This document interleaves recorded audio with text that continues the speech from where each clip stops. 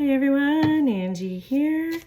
I am going to pull a mood draw, but as I'm shuffling, I'm going to put on a song.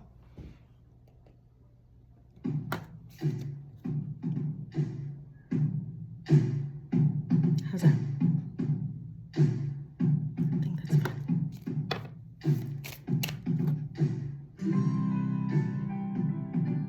I hope you can hear it. It's nice.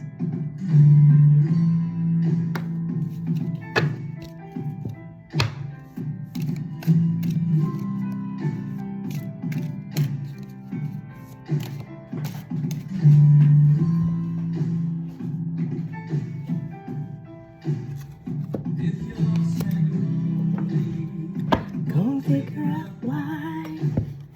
Take a trip to your dark side. Go on and have a good cry. We're all lonely. We're all lonely together.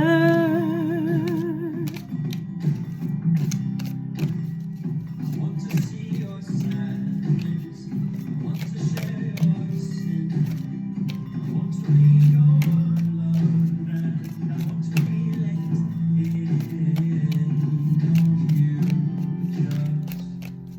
Don't we all just want to be together?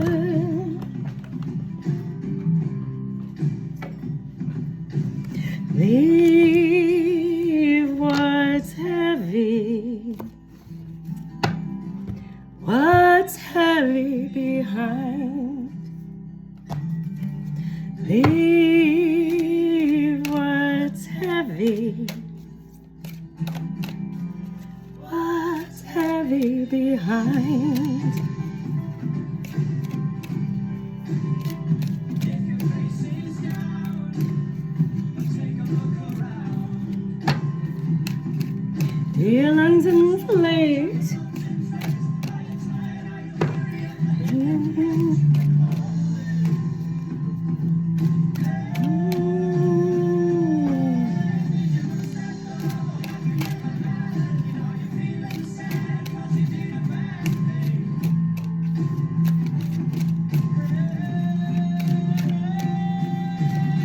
Leave what's heavy behind. Leave what's heavy behind.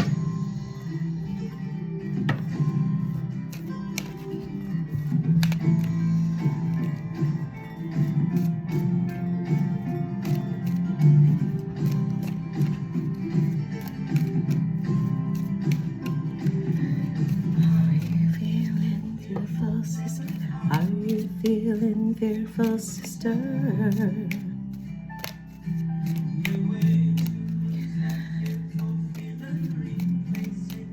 Love that's healing. Are you feeling fearful, brother? Are you feeling fearful, sister?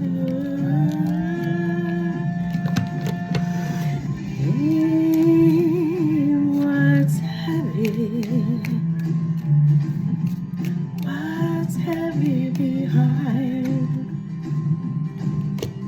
Leave what's heavy behind.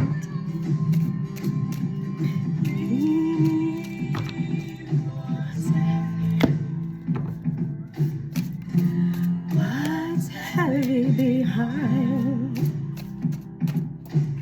Leave what's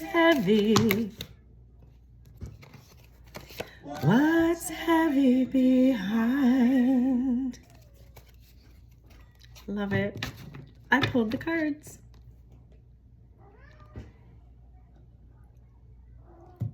Okay, let's see what we have. I know what I felt. Let's see what cards we have. Oh, I'm just going to turn that off now because I do not want commercials. while I'm trying to share this message. All right, the first mudra that came out, or the first card, is this mudra. Charisma. You are beautiful. You are beautiful. I hope you are feeling beautiful today. All right, this mudra is good for the back and stimulates your circulation. Oh goodness, as I'm digesting something that I just ate. All right, look after yourself and your appearance. Treat yourself with the respect which you deserve and meet your fellow human beings with goodwill and a helpful and positive attitude.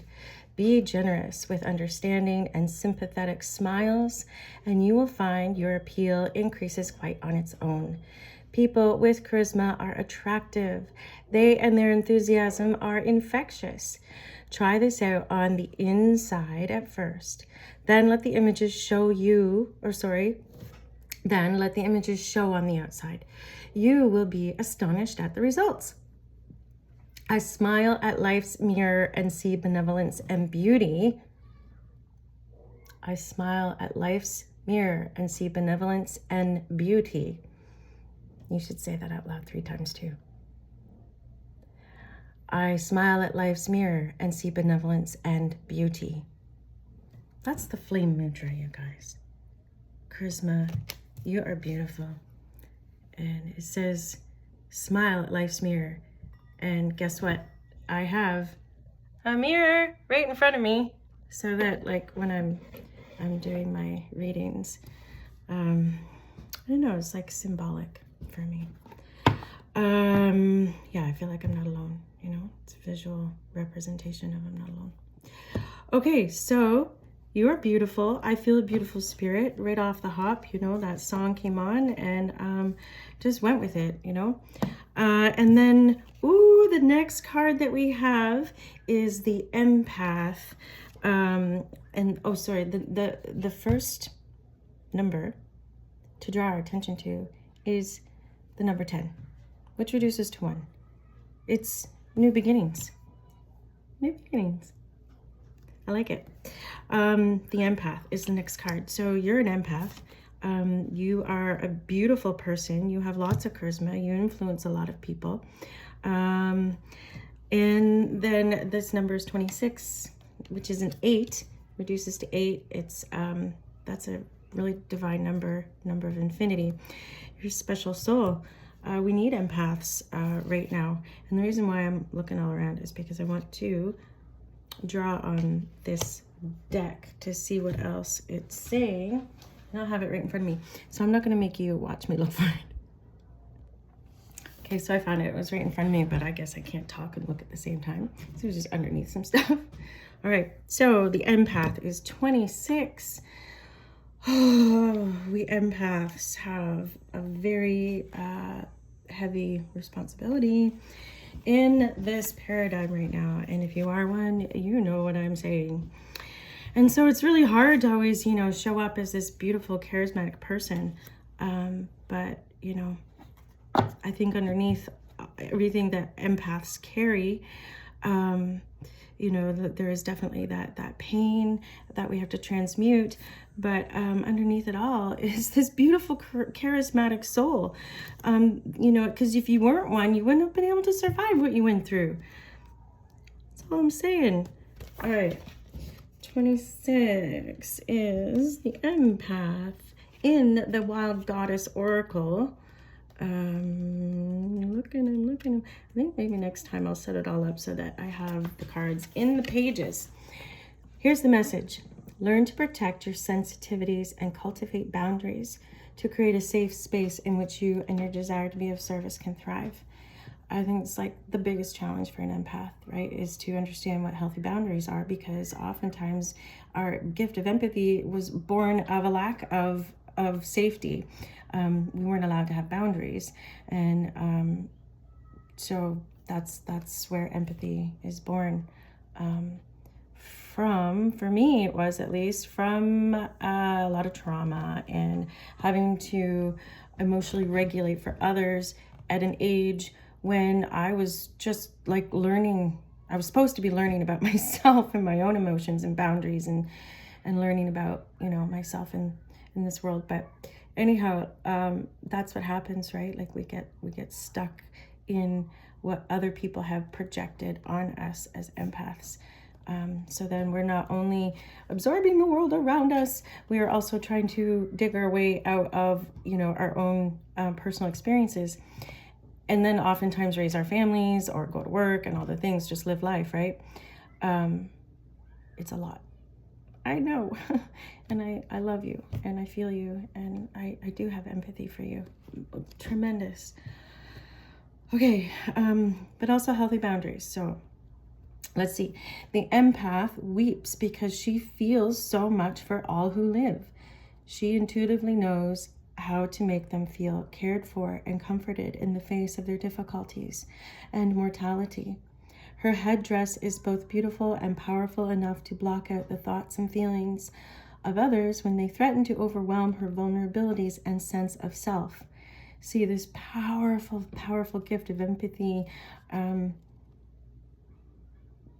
also be the most powerful tool that will drain us if we don't have healthy boundaries. Boy, it's a tough lesson to learn. The appearance of the empath in your reading is a reminder that, although it is noble to want to engage with the situation and suffering of others, doing so can work against the best interests of all involved. Some people want to share their problems with you, but do not really want to listen to any solution you might suggest. We can enmesh ourselves with the affairs of another as a way of avoiding the harsh reality of where we are and what we have to do. You're feeling frustrated and drained does no one any good. Wow. You guys, this is exactly how I feel right now. I'm at a crossroads where I'm like, well, how do I take all of my wisdom, everything that I've gained and learned, and all the empathy and the love that I feel for the collective, just for Gaia, for people, for children, women, men, but people suffering, all around the world. None of us aren't suffering if we care even a little bit. So how do we balance all of that with, well, I need to take care of myself first, without it feeling selfish, And what's coming to me right now is we need to see ourselves. We need to see ourselves and be honest with ourselves. I keep having this feeling of, like, before I came in to do the reading, my thoughts were on, well, what energy is going to come through? And I felt a very nurturing, mothering energy, very divine mothering coming through. And she would be very empathic, our divine mother, if we're going to give her a persona. I'm feeling like she would want to comfort us because she cares. She knows what we're going through, but she's not going to bleed herself dry. And nor should we expect her to, I'm getting. We have divine mothers all over the planet. And how are we treating them? How are we treating mothers on this planet? Because mothers are divine no matter where they are. Mothers are the portal to life, physical or spiritual or otherwise, I don't know. So how are we treating the portals to life? Because if we're not treating her with divine respect, then we're cutting our own cord to creation, to life, to wisdom, to source energy. And in a patriarchy, unfortunately, that is what is happening and what has been happening. Because women are not valued as the divine source of creation that we are. Our experience is politicized. Our divine intuition is buried under dogma and religion, misunderstanding of the women's lived experience, is trapped beneath the DSM-5 toxic male paradigm of understanding psychology, the lived experience of men, and then that gets, what's that word, like projected onto women, and then we're supposed to try and understand ourselves through the accepted lens of the toxic male experience. Anyhow, all that to say that, like, we don't have to see ourselves that way, and I don't anymore. So I struggle sometimes to relate, because I don't want to remember how hard it was to get through, to stop seeing myself through that lens. It was hard, and it wasn't, like, it's just been in the last decade, you know, and I've really dug in deep in the last 5 years, and then especially in the last 1 or 2 years, you know, and then with my friend sponsor who passed away, I was like, well, what am I going to do? What am I going to do with my sacred energy? You know, I've got my sobriety back, and I recognize that not as like a permanent thing that's going to affect me for the rest of my life, because I'm not going to pick up the thing that I know is going to harm me. It's poison, right? But I had to understand that was like, I can't ever pick up that thing again, which I do know. Okay, so the next card that I got is it's an angel card. What does the deck say specifically? There it is. Sorry, 1 second. It says messages from your angels. So the message that's coming through from the angels is this one. It's quite beautiful. It says Mystique, and it says keep charging ahead and don't take no for an answer. Expect miraculous solutions to appear. You know, if I was the Divine Mother, I would want to share that card with you too. I would want to share that message with you. Wow, really? Keep charging ahead and don't take no for an answer. Expect miraculous solutions. And I wore this shirt today, and it says, never give up. Never give up. And actually, this shirt was given to me by a neighbor who just was giving me a t-shirt. You know, she knows I like flowers and nature. She didn't understand the symbolism of how important, significant this would be for me. Okay, so never give up. And then with the orange ribbon, that symbolizes leukemia. Okay, so that's the ribbon for leukemia, which I had and survived by a 20% chance, but my neighbor didn't know that. And then the monarch butterfly, I mean, I just love butterflies. I've got butterflies all over my apartment. They're very symbolic of transformation. But you know, I want to speak about the butterfly for a second, because, you know, she's beautiful, right? It's beautiful. We see the wings, and we want to stop and look and appreciate. But guess what?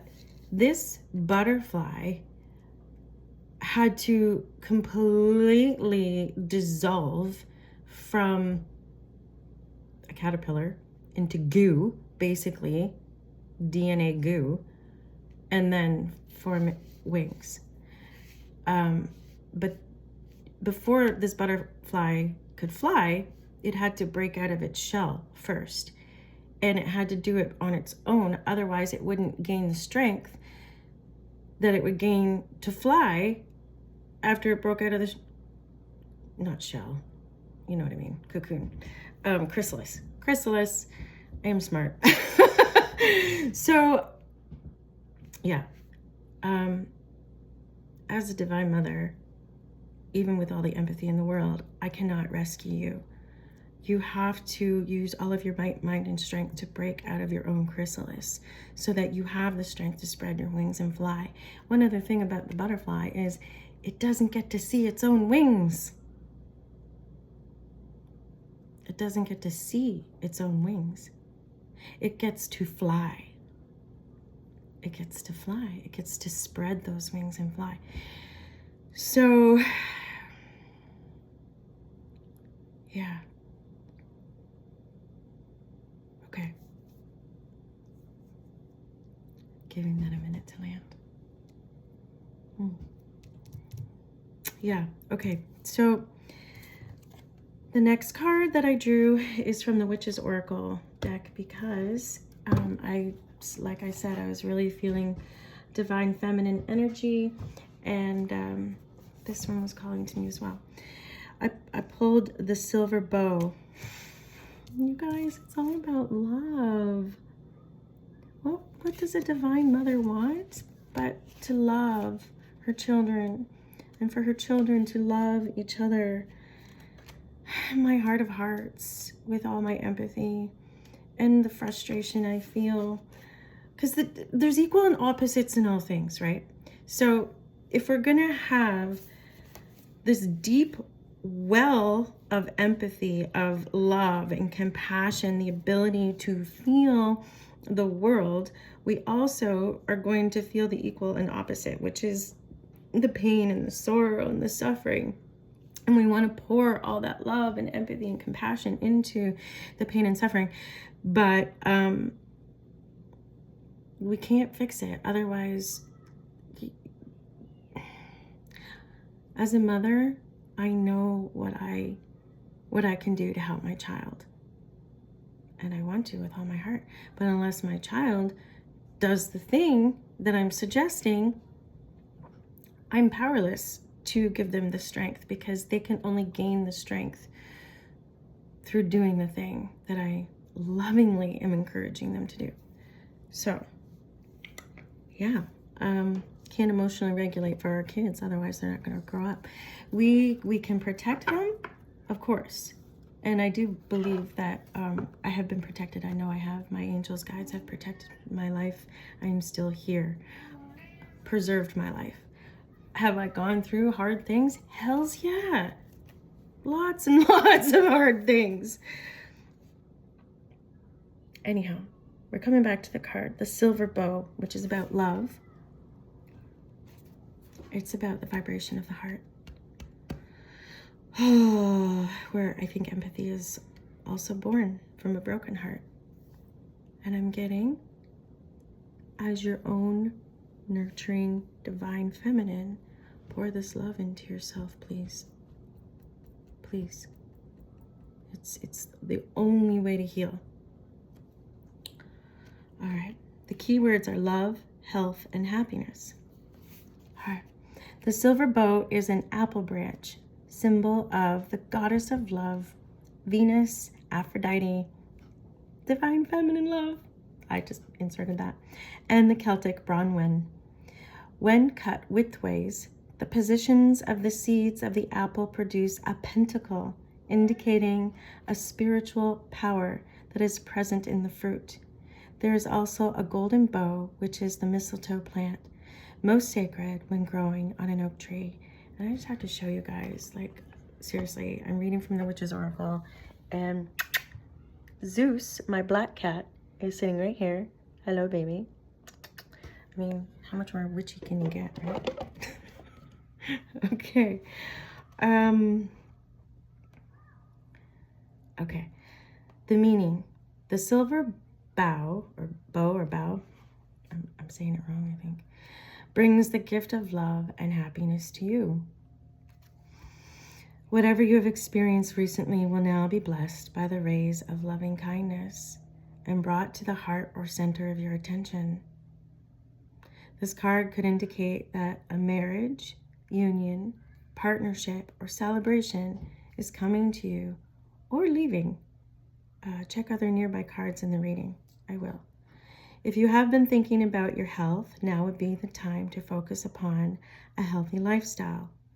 Responding with love when this card appears will strengthen your own heart and increase loving vibrations in all areas of your life.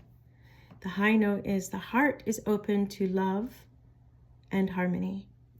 The low note is hold desires and wants in check. And I just got this phrase that I've heard before. Don't trade what you want the most for what you want in the moment. Pour love into all the places that are crying out for distraction, because they're only crying out for distraction because they're holding pain. So I'm speaking to addictions, or and that can be anything that we seek that isn't the solution. Anything that we seek to ease the pain. The solution isn't numbing the pain. Pain isn't the enemy. Sorrow and sadness isn't the enemy. In fact, I think sorrow and sadness, I mean, how many times have you heard your mom say, or mothers say, like, just go sit down and think about what you've done. Think about it. Because, like, the reason, it's not to punish you, it's so that you grow from it, so that you understand that if you do this thing that hurt you in the past, probably going to hurt you again. Don't do it. Learn from it. Learn what you need to learn from it, or else life is a cycle and it's going to come around again. And each time it does, apply love to it, because that is the healing balm. That is the BALM balm, the healing balm, like ointment, that we want to rub into our wounds and our addictions. It's not shame, blame, guilt, sin, you're such a bad person over and over again. Healing isn't linear. Healing is a cycle. And every time your cycle comes around to the thing that you're trying to overcome, don't feel like you're a failure because you haven't overcome it. Pour love into it. Pour love and understanding, compassionate understanding and love is the key to life. It's the key to unlocking all of the energy in your body, because we store everything that we don't express, everything that we're afraid of, we store in our bodies energetically, and it makes us sick. Okay, so if you want to heal spiritually, emotionally, mentally, physically, it begins with love, honey. It really does. It really does. I love you. Whatever you're going through, I feel this tremendous amount of love for you. Please don't give up. Life can be very, very hard. It's easier with friends. We need people, right? Yeah. My kitty cat wants to help me emotionally regulate. Come here, baby. He's been sitting here right beside me this whole time. He feels energy. You know what? Like he's like 17, 18 years old. He's a wise old guy. Okay, he's just gonna sit here and love me for a minute. And now I'm going to share with you this beautiful swan card that came out. That is the animal medicine card. And I picked that one last because Gaia is Mother Earth, and her children, I mean, we all come from Gaia. Everything comes from the dust of the earth, right? And her children that live closest to her are the animals. So that's why I picked that one last, because of the nature, Mother Nature nurturing energy that I've been feeling. The divine feminine. Gaia is the divine feminine. You know, she teaches us the cycles of life. And what is this one going to teach us? 39. 39. My kitty cat's Zeus is getting settled. He came with that name. Isn't that cool? So I always used to joke when I would come home from work, I would call my cat Jesus. Because I would come in and I'd go, hey, Zeus. I know, I'm a dork. Okay. Oh, this is a beautiful message. So I just spoke about, let's go over this again. The beginning, if you're at the beginning, you know, this is beginning energy, all right? You are beautiful. You are beautiful. You are amazing. You're breathing. You have life force in you. You were created with divine light and love. You are beautiful, period. And from that innate understanding of your beauty, you will find your charisma. You will find your spark. You empaths, learn to protect your sensitivities. You're special. There's nothing broken about you. You're just highly attuned. So keep going. Keep going with your beautiful, mystical, magical self. And expect miracles.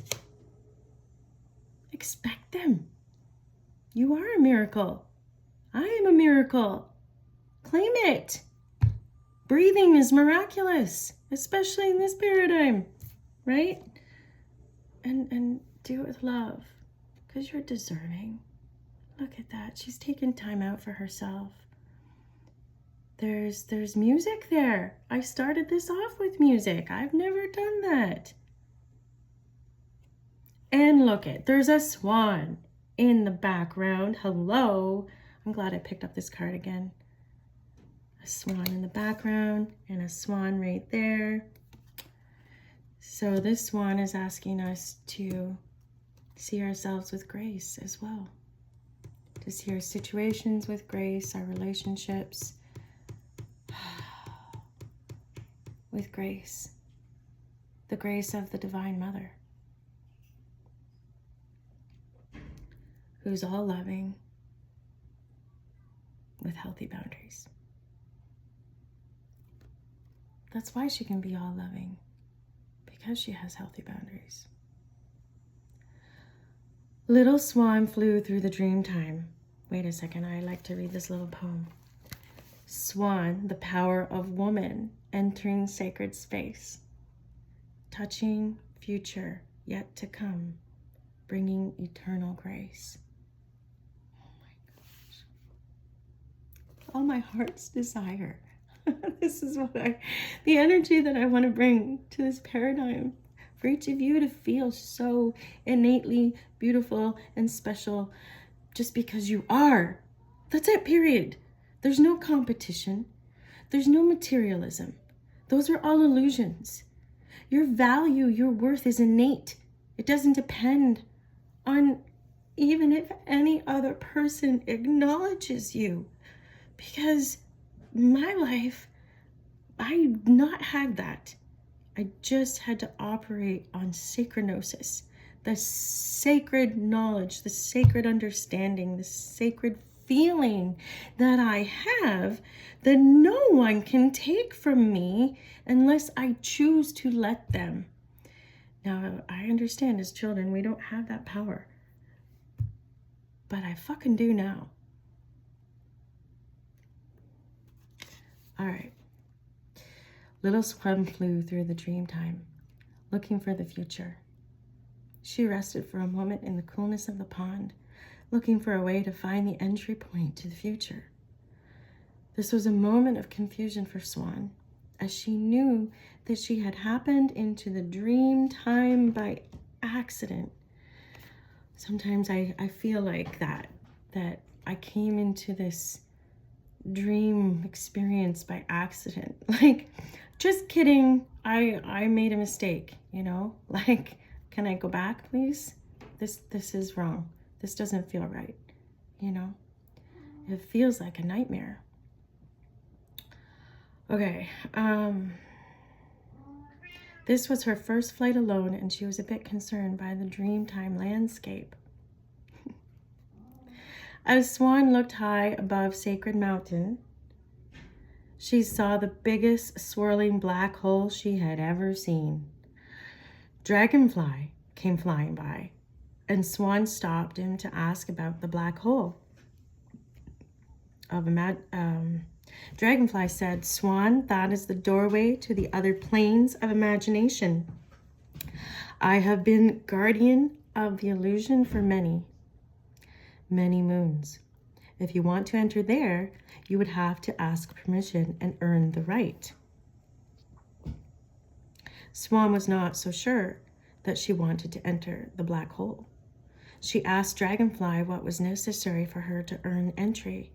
Dragonfly replied, "You must be willing to accept whatever the future holds as it is presented, without trying to change Great Spirit's plan."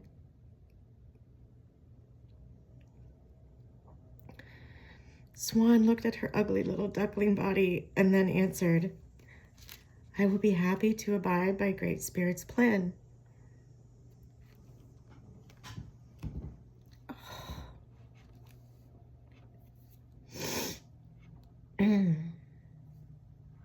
"I won't fight the currents of the black hole. I will surrender to the flow of the spiral and trust what I am shown." The flow of the spiral.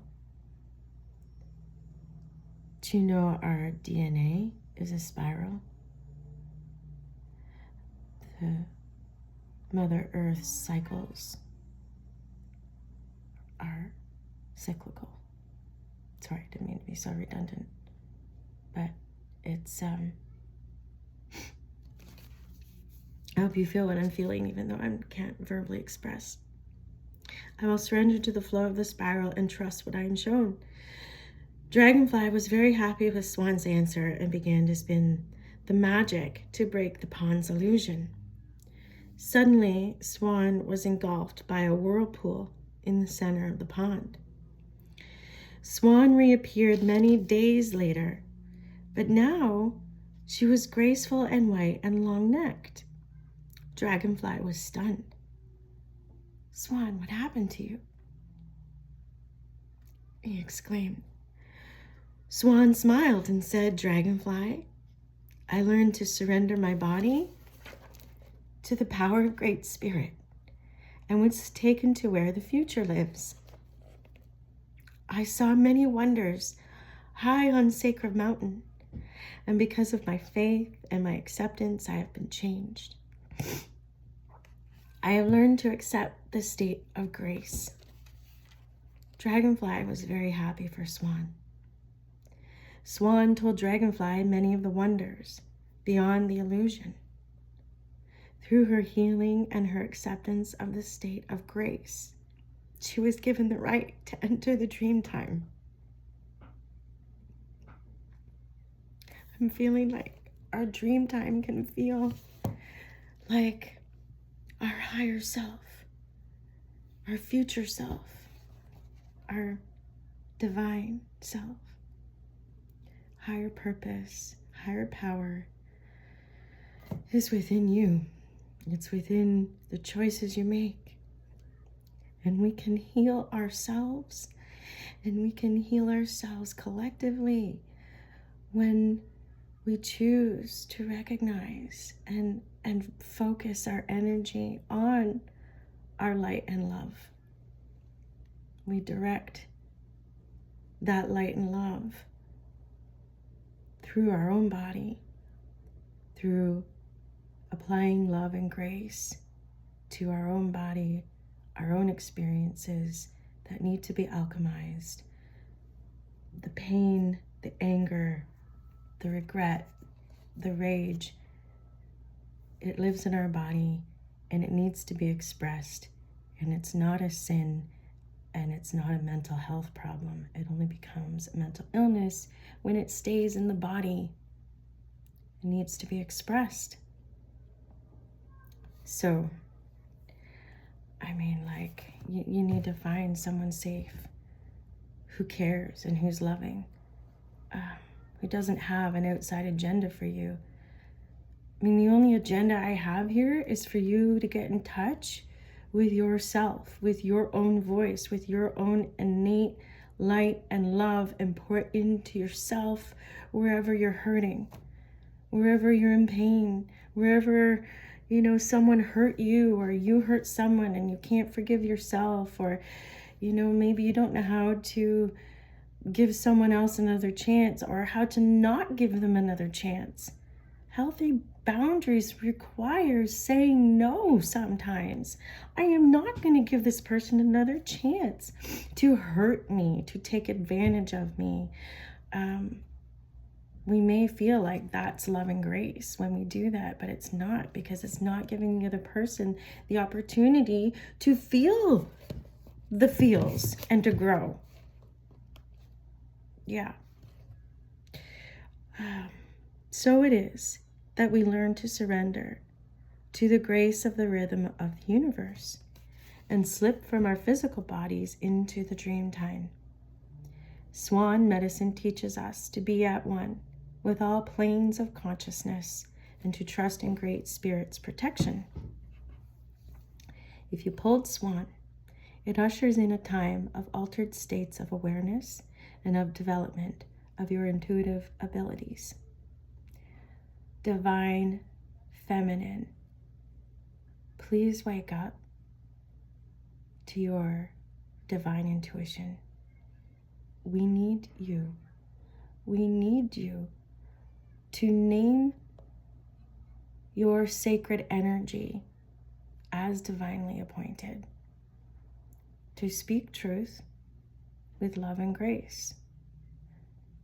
And I'm feeling a lot of grace for self for continuing to hold onto things that harm ourselves. Leave what's heavy behind. That was the song that was playing when I first started. Okay. What do we have? 41 minutes. We're gonna finish this up. All right. I'm gonna read that one paragraph again. If you pulled Swan, it ushers in a time of altered states of awareness and of development of your intuitive abilities. Swan medicine people have the ability to see the future, to surrender to the power of Great Spirit, and to accept the healing and transformation of their lives. I definitely hold this energy. I have done it over and over in my life many, many times. Through surviving being molested as a child and then being raped as an adult more than once. Surviving narcissistic relationship after narcissistic relationship after, you know, until I realized I was the common denominator who kept choosing that. Pouring compassionate love and understanding into the ways I tried to hide from that pain, through alcohol, through relationships, through sex, through porn, through food, through cannabis, through you name it, right? Like through watching TV, anything that can relieve me of the absolute like trauma, I guess, of not I guess, but like just of all of that pain. And all of that stuff, all of those experiences were not me. They weren't me. I don't identify my energy with those things. You know, my energy experienced those things. But what informs me of myself is what I choose today, not what I chose in the past. And I'm not even perfect today still, okay? I still smoke cannabis. It helps my nervous system at this point. You know, take what you like and leave the rest. I am not claiming to be perfect. I am claiming to be very, very human, calling in my tribe of other human empaths to share this lived experience together. Yeah.